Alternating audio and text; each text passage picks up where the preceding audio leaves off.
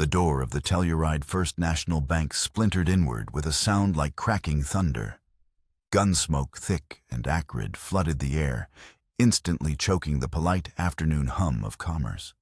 Men in dusty trail coats and faded bandanas poured into the lobby, their movements a blur of practiced violence. A woman screamed a high, thin sound that was quickly swallowed by the bark of a pistol fired at the ceiling. Plaster dust rained down like dirty snow. Jedediah Thorne, standing at the teller's window, did not flinch. He did not move at all.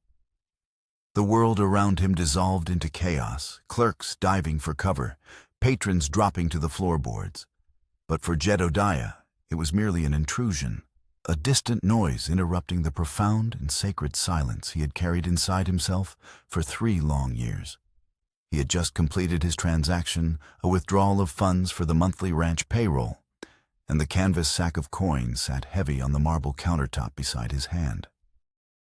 One of the outlaws, a lanky youth with nervous eyes, motioned at him with the barrel of a Colt. On the floor, Mr. Now. Jedediah's gaze remained fixed on the far wall, his expression as unchanging as the granite peaks that ringed the valley.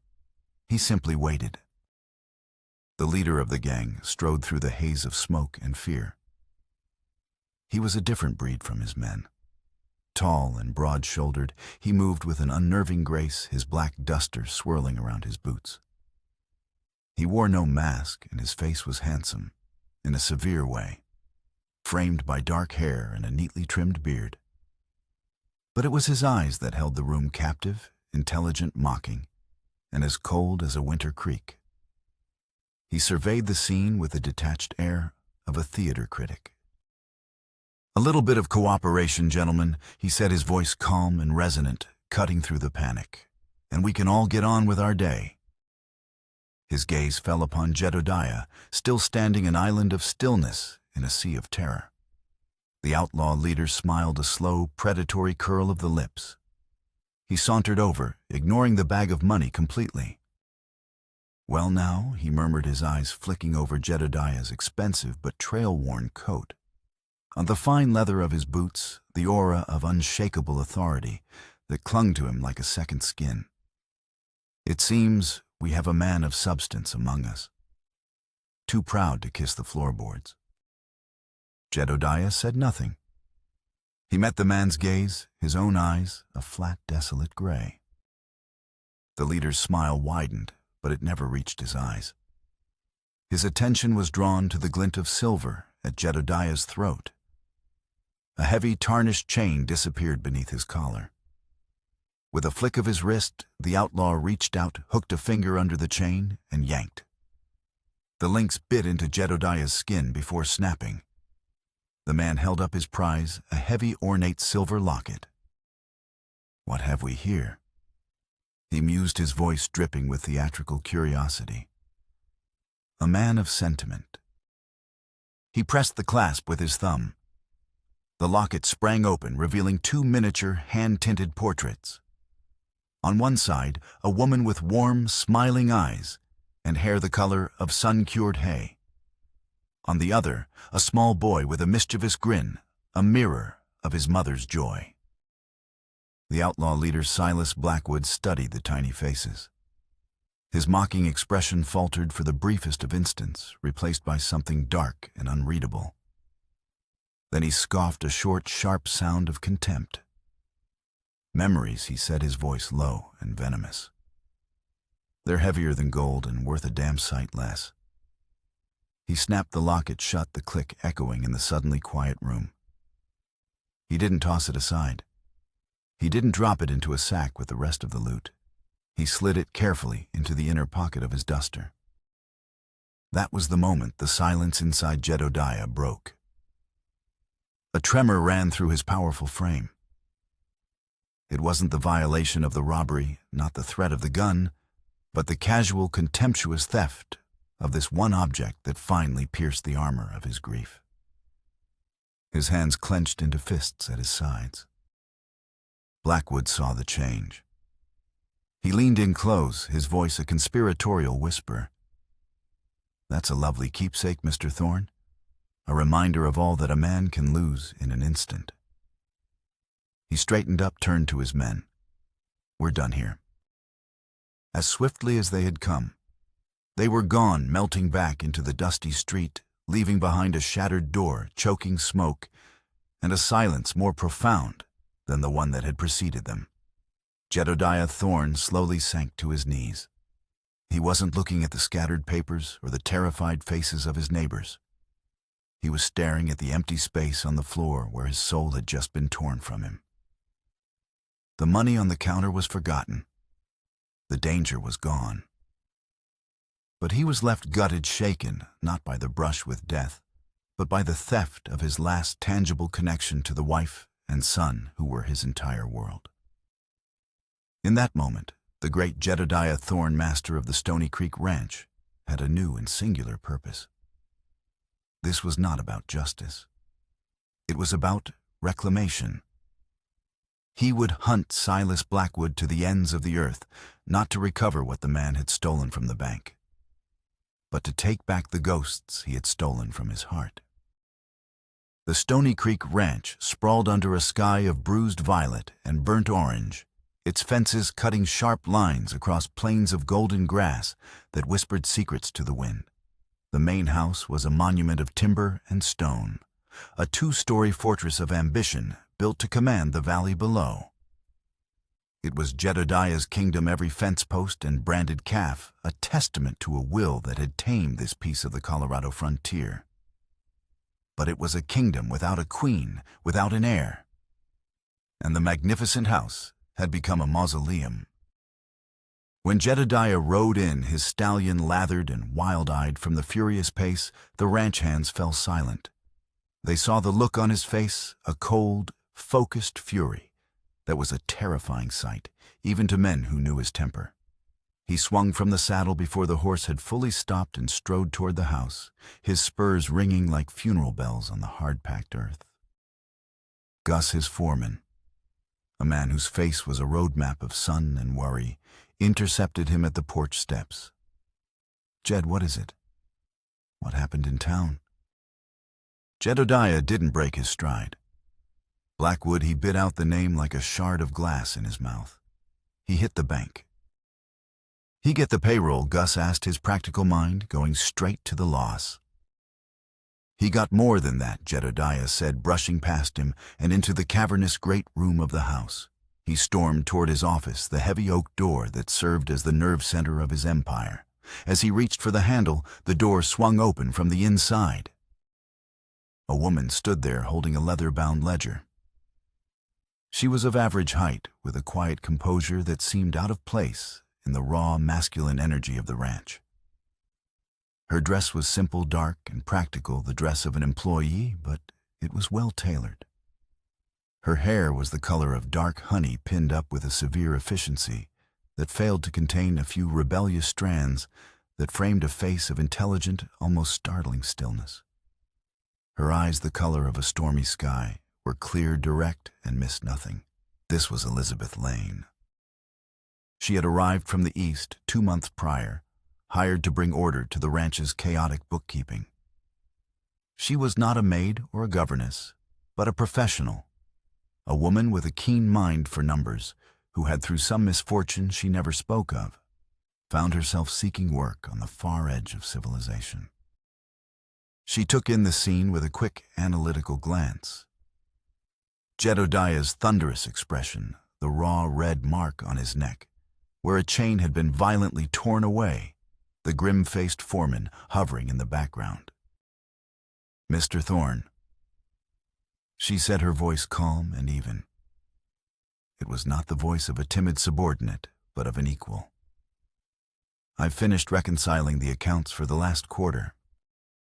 For a moment, Jedediah just stared at her, the sheer mundanity of her statement, a jarring note against the raw violence of his emotions.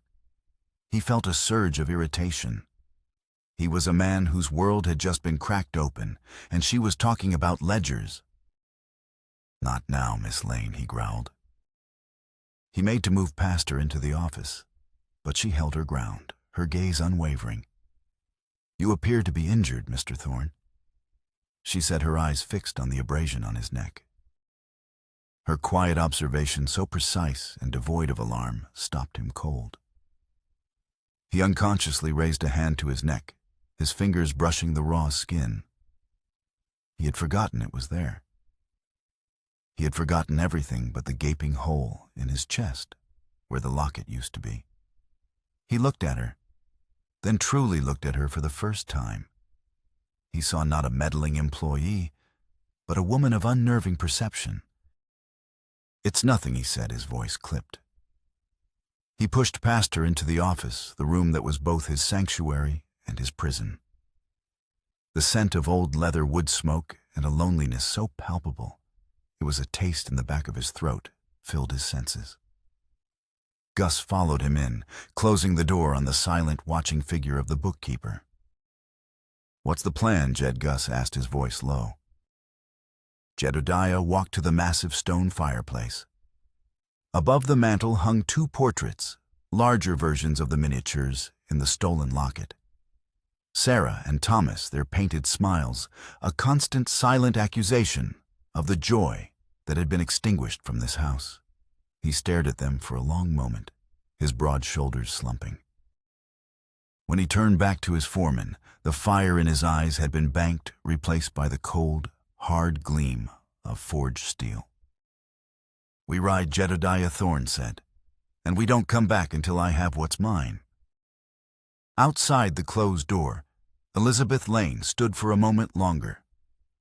She had heard his words, felt the deadly quiet in his tone. She looked from the closed door to the portraits in the great room, her sharp eyes connecting the raw mark on his neck to the empty space in his life. She didn't know what Blackwood had taken, but she knew with a certainty that chilled her that it was far more valuable than the payroll. She turned and walked back to her small desk in the corner of the great room, the ledger still in her hands. She was a woman who understood that the world was governed by debts and balances, and she had just witnessed the opening entry in a ledger that could only be balanced with blood. The hunt began at dawn. A dozen of Stony Creek's best men, handpicked by Jedediah, rode out under a pale, washed-out sky. There was little talk. The grim purpose of their task hung over them like a shroud. Jedediah rode at their head, a man transformed. The listless, grief-haunted rancher was gone, replaced by the relentless tracker he had once been. His eyes, which for 3 years had seen only the past, were now sharp, missing nothing. A broken branch, a scuffed stone, the faint impression of a horseshoe in the hard soil. He was a predator on the scent of his prey. They followed the trail south into the jagged, unforgiving country of the San Juan Mountains. It was clear Blackwood's gang was skilled. They scattered and regrouped their tracks, a confusing braid meant to confound pursuit. But Jedediah was not confounded. He seemed to possess an instinct for Blackwood's thinking, an uncanny ability to anticipate his feints and dodges. It was as if he were tracking a darker version of himself. Days blurred into a grueling rhythm of riding, tracking, and making cold camps under indifferent stars. During these long hours in the saddle, the silence that had been Jedediah's shield became his torment. With nothing but the creak of leather and the wind's mournful sigh for company, the memories he had fought so hard to suppress began to claw their way to the surface. He was haunted by fragmented nightmares. He would see flashes of fire, a terrifying orange that consumed everything. He would hear the shriek of stressed metal, the roar of collapsing timber. He would smell the smoke, thick and choking, and feel a suffocating, unbearable heat. He would wake with a gasp, his heart hammering his body slick with a cold sweat, the name Sarah, a raw wound on his lips. He always pushed the images away, burying them again under the cold, hard fact of the accident, a tragic, unavoidable boiler explosion at the new lumber mill he was building. An act of God, the sheriff had called it. A cruel twist of fate. But in the dead of night, a sliver of guilt, sharp and poisonous, would pierce his certainty. Had he been there, should he have been? The questions were a form of self-torture he refused to indulge.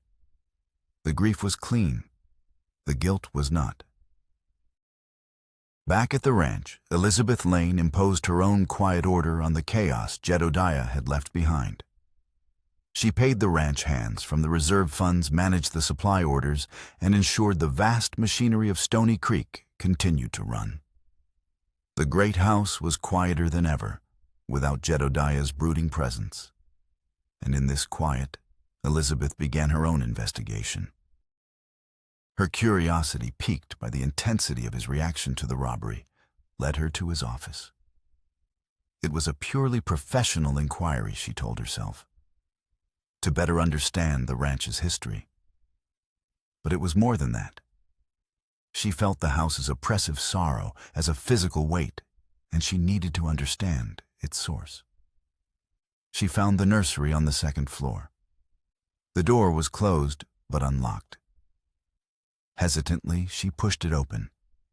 Dust motes danced in the single beam of light from a grimy window. Everything was exactly as it had been left 3 years ago. A small bed neatly made, a rocking horse with one of its painted eyes chipped, and on a shelf a line of perfectly arranged toy soldiers. She reached out and touched the head of one, a tiny cavalryman, with a saber raised. The coldness of the object seemed to seep into her fingertips, a coldness that had nothing to do with the temperature of the room. This was not a room of memory. It was a shrine of arrested time. Her work on the ranch ledgers provided a different kind of clue. She was methodical, precise, going back, not just months, but years. And there, in the financial records from the spring of 3 years ago, the same spring the headstones on the hill were dated, she found them anomalies. A series of large, rushed payments to suppliers for lumber, for machinery, for a new steam boiler. Invoices paid weeks before the materials were scheduled to arrive. Contracts with bonus clauses for early completion that were almost reckless in their generosity. It was the paper trail of a man in a frantic, all-consuming hurry. A man obsessed with expansion, with building an empire, pushing forward at a breakneck pace. She didn't know what it meant, but the dates aligned with a chilling precision. She carefully noted the discrepancies, her neat script filling a separate page, and filed it away. The numbers told a story, one of ambition and haste. But the ending was missing. A week into the hunt, a lone rider approached the posse's camp. He was one of Blackwood's men, a young outlaw with fear in his eyes, carrying a white flag. He had a message for Thorne. Jedediah met him on the edge of the camp, his hand never far from his pistol. "Blackwood sent me," the kid stammered. He said to tell the king of Stony Creek that some debts can only be paid in ash. Jedediah's blood ran cold. The word ash struck him with the force of a physical blow, connecting instantly to the fire and smoke of his nightmares. How could Blackwood know what debt was he talking about? "Where is he?" Jedediah demanded, his voice a low growl. "He let me go," the kid said. "Said his business ain't with me. He's headed for the canyons, the Red Creek maze." He spurred his horse and fled before Jedediah could ask another question. The message was a taunt, a piece of a puzzle Jedediah couldn't solve, and it fanned the flames of his obsession into a raging inferno. He pushed his men harder, the chase becoming more desperate. He returned to the ranch only when horses and supplies were exhausted, his face gaunt, his eyes burning with a feverish intensity. He would storm into his office, barely acknowledging the world around him, and pore over maps, trying to outthink his phantom adversary. It was on one of these nights that his world and Elizabeth's finally collided. He sat at his desk, surrounded by maps, the lamplight carving deep shadows into his face. He hadn't eaten in a day. He hadn't slept in 2. The door opened, and Elizabeth entered carrying a tray with a steaming mug of coffee and a plate of bread and cheese. "You should eat, Mr. Thorne," she said, her voice soft but firm. She placed the tray on a corner of the desk, not covered in maps. He looked up, irritated by the interruption. "I'm not hungry." Nevertheless, she replied, unmoved. She stood there, waiting, a silent force of compassionate reason. Something in her quiet persistence broke through his haze of exhaustion and anger. He sighed a ragged sound and ran a hand over his face. He picked up the mug, the warmth seeping into his cold hands. They sat in silence for a few moments, the only sound the ticking of the mantel clock. "He knows me," Jedediah said suddenly, speaking more to himself than to her. "This man Blackwood. He knows things he has no right to know." Elizabeth watched him, her expression thoughtful, or perhaps she suggested, "You both simply know the same things." He looked at her, his brows furrowed. "What's that supposed to mean?" She met his gaze directly. "You ride as if you're chasing something that can't be caught, Mr. Thorne." She said, her voice gentle but her words sharp as a surgeon's scalpel, or perhaps running from it. The observation struck him with the force of a revelation. In all his grief, no one had ever dared to suggest he was running from anything. They saw a man pursuing justice, a man consumed by loss. But this quiet woman, this stranger who organized his finances, saw the truth he had refused to see in himself. He was not just hunting Blackwood. He was running from the ghost of his own guilt. The realization left him speechless, exposed, and for the first time in a very long time, he felt a flicker of something other than rage or grief. It was a terrifying, unfamiliar flicker of connection. He looked at the calm, intelligent woman across the desk and understood that the greatest mystery of Stony Creek might not be the man he was hunting, but the woman who had just seen into his soul. The lead on Red Creek Canyon proved solid. Jedediah and his men found the trail leading into a labyrinth of towering rock formations and narrow, winding passages. It was a perfect place for an ambush, and they proceeded with caution, every man on edge. But the maze was unnervingly quiet. The only sounds were the wind whistling through the rock spires and the clatter of their horses' hooves. They found the camp in a box canyon, a natural dead end. It was deserted. A campfire was still smoldering, the embers glowing a dull red. They had missed Blackwood by only a few hours.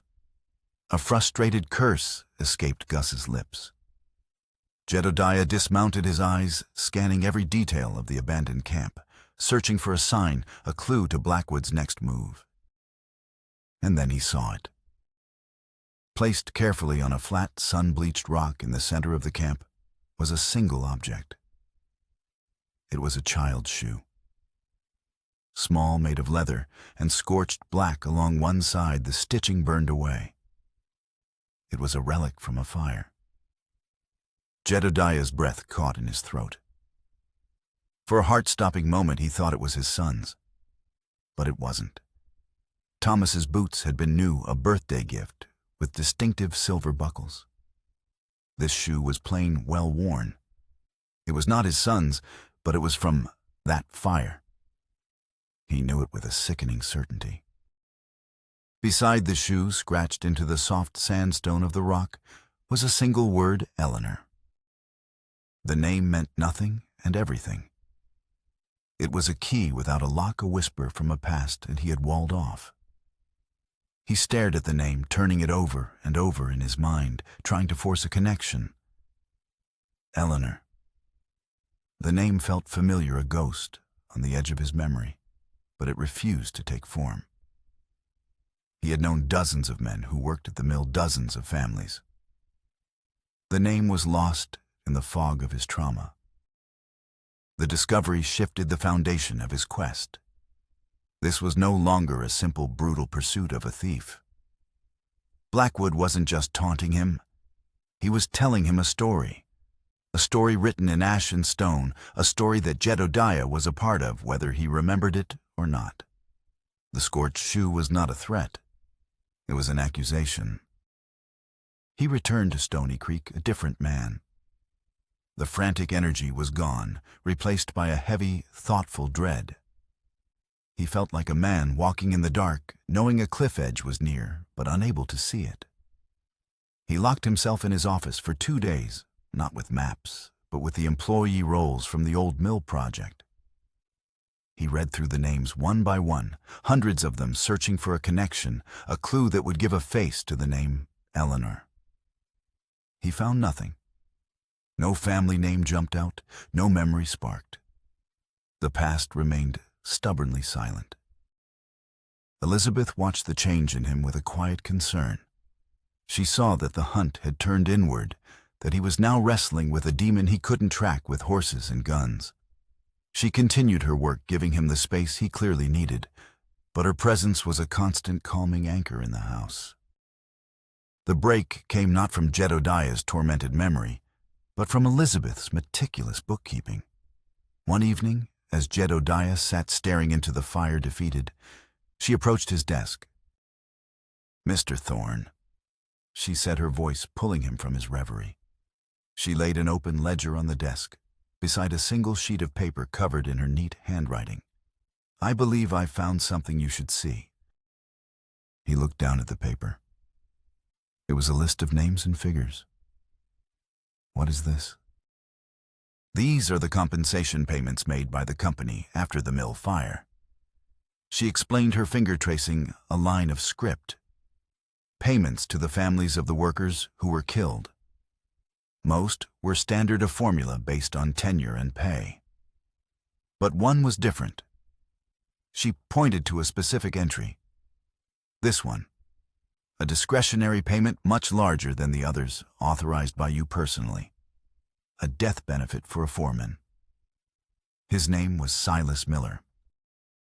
The name hit Jedediah like a physical blow. Silas Miller. A good man. Quiet, competent, one of the best foremen he'd ever had. He remembered him now. A family man. He remembered Miller arguing with him, pleading with him about something. Something important. "He warned me," Jedediah whispered the memory, finally breaking through the dam of his denial.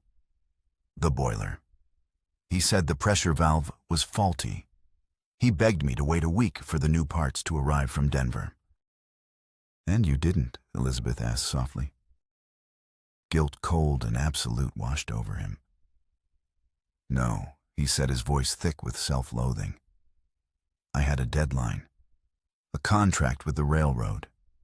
I was so focused on beating Abernathy's bid. I told him to make do. I pushed him. I pushed them all." The full, horrifying memory came flooding back. The argument with Miller, his own arrogant dismissal of the foreman's concerns, the visit from Sarah and Thomas that afternoon, a surprise trip to bring him lunch. He saw it all with a terrible clarity. Elizabeth slid the ledger closer to him, her finger now pointing at the dependent information listed next to Silas Miller's name. A wife, Mary, and a daughter, age 6. Jedediah read the name of the daughter aloud, the word turning to ash in his mouth. Eleanor. The room fell silent. The ticking of the clock sounded like hammer blows. Silas Blackwood. Silas Miller. It wasn't a coincidence. It was a resurrection.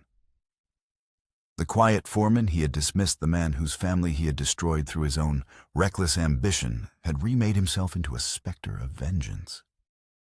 Suddenly, a frantic shout came from outside.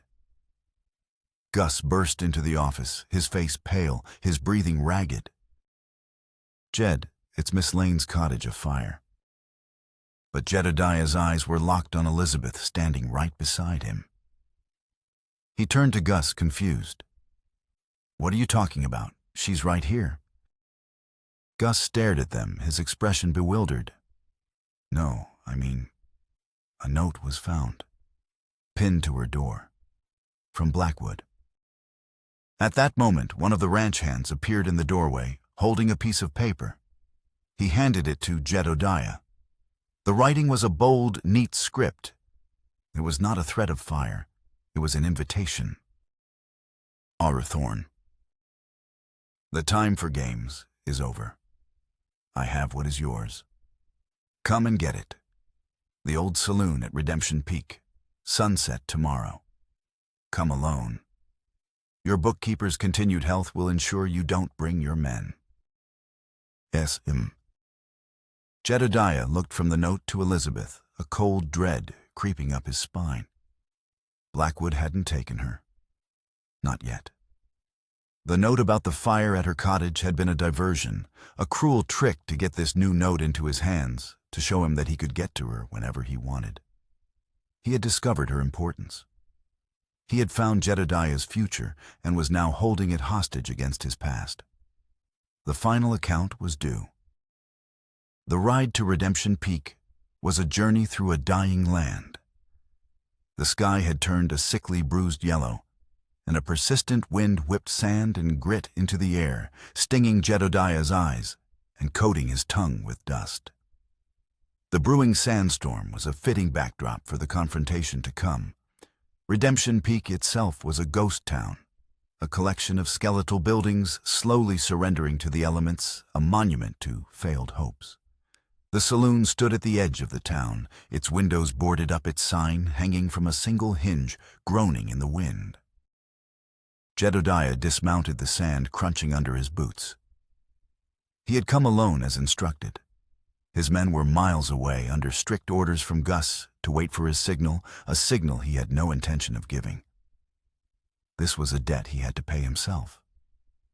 He pushed open the saloon's swinging doors, which protested with a long, agonized creak. The interior was dim, thick with the dust of ages. Light struggled through the cracks in the boarded-up windows, illuminating swirling motes of dust in the air. A single lantern sat on a poker table in the center of the room, casting a pool of greasy yellow light. Silas Blackwood, Silas Miller, sat at the table, a picture of calm. He was nursing a glass of whiskey, his pistol resting on the table beside it. And next to the pistol, gleaming in the lantern light, was the silver locket. In a shadowy corner of the room, Elizabeth was tied to a chair. Her face was pale, but her expression was defiant, her eyes burning with a cold anger. She was not a damsel in distress. She was a captive, and she was furious. Blackwood looked up as Jedediah entered, a slow, sad smile touching his lips. "Right on time, Thorn," he said, his voice unnervingly pleasant. "I was beginning to think you'd lost your nerve. Have a seat." Jedediah ignored the invitation. His eyes were locked on Elizabeth. "Let her go, Miller. Your fight is with me." "All in good time," Blackwood said, taking a sip of his whiskey. The wind howled outside, rattling the building's loose timbers. A loose shutter banged rhythmically against a wall, a frantic, unsteady heartbeat. First, a history lesson. Though I suspect your clever bookkeeper has already helped you with your homework. His gaze flickered toward Elizabeth with a hint of admiration. "She found my name in your bloody ledger, didn't she?" "I remember," Jedediah said, his voice flat. "I remember it all." "Do you?" Blackwood leaned forward, his calm demeanor cracking to reveal the raw agony beneath. "Do you remember the smell of burning pine? Do you remember the screams I do?" "I was there. I pulled charred bodies from the cottages while you were safely back at your ranch, already counting your profits." "My wife and son were there," Jedediah countered, his voice a low growl. "I lost them too." "You didn't lose them," Blackwood roared, slamming his glass on the table. Whiskey sloshed over the rim. "You sacrificed them on the altar of your ambition. They died, my Mary, and my little Eleanor died because you were in too much of a hurry to listen to reason. To listen to me." He stood up, his chair scraping against the gritty floorboards. He began to pace, his movements like those of a caged wolf. "I warned you. I begged you. The boiler was a ticking bomb. But the great Jedediah Thorn couldn't be delayed. You had a railroad to build, an empire to forge. He stopped and turned to face Jedediah, his face a mask of grief and rage. They called you a tragic hero in the papers, the wealthy rancher who lost everything. I read those stories, and I wanted to burn the whole world down. You weren't the hero, Thorn. You were the villain. You built your kingdom on the ashes of my family and yours. Jedediah stood silent, taking the full force of the truth. Every word was a blow, every accusation a nail in the coffin of his self-deception. He looked over at Elizabeth, at her pale, taut face. He saw not pity in her eyes, but a demand for honesty. The future he was just beginning to imagine with her could not be built on a foundation of lies. He turned his gaze back to Blackwood, and for the first time he let the wall of his pride crumble. His voice when he spoke was cracked and heavy with a guilt 3 years in the making. "You're right," he said. The admission hung in the dusty air, more shocking than any gunshot. I was impatient. I was reckless. I pushed too hard. What happened that day? It was my fault. The confession seemed to stun Blackwood into silence. The furious energy drained out of him, leaving him looking weary and broken. He sank back into his chair. This was the moment he had lived for, the confession he had killed for, and it brought him no triumph, only a vast, hollow emptiness. "Yes," he whispered, "it was." He picked up his pistol, his movements slow, almost tired. "I took your past," he said, nodding toward the locket. "Now I take your future." He aimed the gun not at Jedediah, but at Elizabeth. In that instant, the world narrowed to the space between them. There was no more talk, no more history. There was only the howling of the wind and the cold black eye of the pistol. Jedediah didn't think. He reacted. He launched himself forward, upending the table. The lantern crashed to the floor, its glass shattering the flames, sputtering for a moment before igniting the spilled whiskey. A line of blue flame raced across the floorboards. Blackwood fired the shot, going wild, splintering the wall behind Elizabeth's head. Jedediah crashed into him, and the two men went down in a tangle of limbs, wrestling for the gun. The saloon, dry as tinder, went up like a torch. Flames licked up the walls, smoke instantly filling the room. Elizabeth, her eyes wide with terror, struggled against her ropes. Jedediah fought with a desperate strength he didn't know he possessed. He wasn't just fighting for his life or for Elizabeth's. He was fighting for a chance at redemption, a chance to be the man Elizabeth believed he could be. He slammed Blackwood's hand against the floor again and again, the pistol finally clattering free. He kicked it away into the growing fire. He scrambled to his feet, pulling a knife from his boot, and raced to Elizabeth, sawing through the ropes that bound her wrists. "Go!" he yelled, pushing her toward the doors. "Get out!" She coughed, her eyes streaming from the smoke, but she didn't run. She looked back at Blackwood, who was staggering to his feet, silhouetted against a wall of fire. A heavy roof timber burned through, groaned above him. Silas Jedediah yelled his old foreman's name, an instinctive cry. "Get out!" For a moment the outlaw stared at him, his face illuminated by the inferno, an expression of utter bewilderment on his features. Then, with a sound like a gunshot, the beam gave way.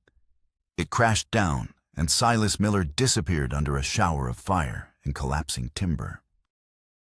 Jedediah grabbed Elizabeth's hand and pulled her toward the exit.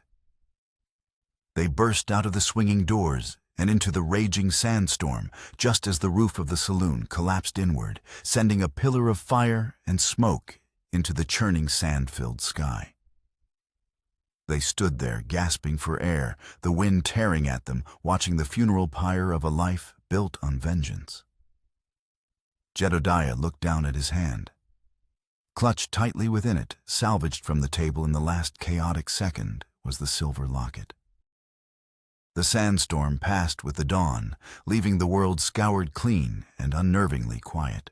The ride back to Stony Creek was a silent one, Elizabeth rode in front of Jedediah on his horse, her body held stiffly the warmth of her presence, a stark contrast to the cold knot of dread in his stomach. The locket felt unnaturally heavy in his pocket, no longer a sacred relic, but a piece of evidence in the trial against his own soul. They arrived at the ranch to the worried faces of Gus and the other hands.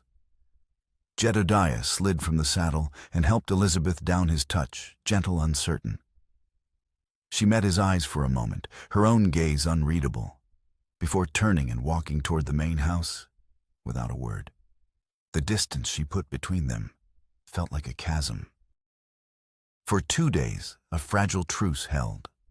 Elizabeth kept to her small cottage, a space Jedediah had insisted she take after the ordeal, and he remained a prisoner in his office. He held the locket in his hands, turning it over and over. The smooth, cool metal, a constant reminder of the heat of the fire and the terrible weight of his past. It was no longer just a symbol of his loss, but of his profound failure and the cascading pain he had caused. On the 3rd morning, he could bear the silence no longer. He walked to her cottage, his heart heavy, his speech rehearsed. He was prepared to let her go, to provide her with enough money to start a new life anywhere she chose. It was the least he could do. He found her in the small garden behind the cottage, tending to a patch of struggling wildflowers. She looked up as he approached, her expression calm, her hands soiled with rich, dark earth. He stopped a few feet from her, the carefully planned words dying on his lips. He was left with only the raw, unvarnished truth. What happened at the mill? The things Miller said? He began, his voice rough. He was right. There is no excuse. My ambition, it blinded me. The man I was then is not someone I am proud of. He looked at her, his soul laid bare. I will understand completely if you cannot be with a man responsible for such a tragedy. I will not hold you to any promise. Elizabeth stood up, wiping her hands on her apron. She looked at him, her clear eyes searching his. She did not offer absolution.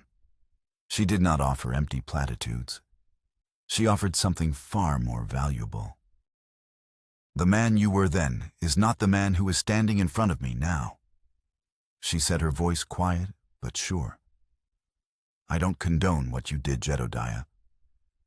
But I see the man who is trying to atone, the man who confessed his guilt to his greatest enemy, the man who risked his life for me. She took a step closer, closing the distance between them. She reached out and took his hand, her small, dirt-smudged fingers lacing through his. We cannot change the past. We can only build our future from here, from the truth. Her simple, profound acceptance was a greater gift than he deserved. In that moment, he knew that his redemption would not be found in solitude or self-flagellation, but in the shared task of building a life worthy of her faith in him. A few days later, they rode together to the small windswept hill that overlooked the valley.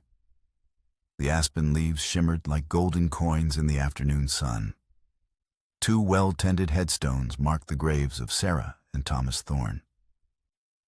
A short distance away, under the shade of a lone pine tree, were 2 simple, unmarked mounds of earth. He had asked Gus about them. They were the graves of Mary and Eleanor Miller, buried by the other mill workers after the fire. Jedediah walked to the space between the graves, Elizabeth, a silent, supportive presence at his side. He took the silver locket from his pocket. His thumb found the familiar clasp, and he opened it.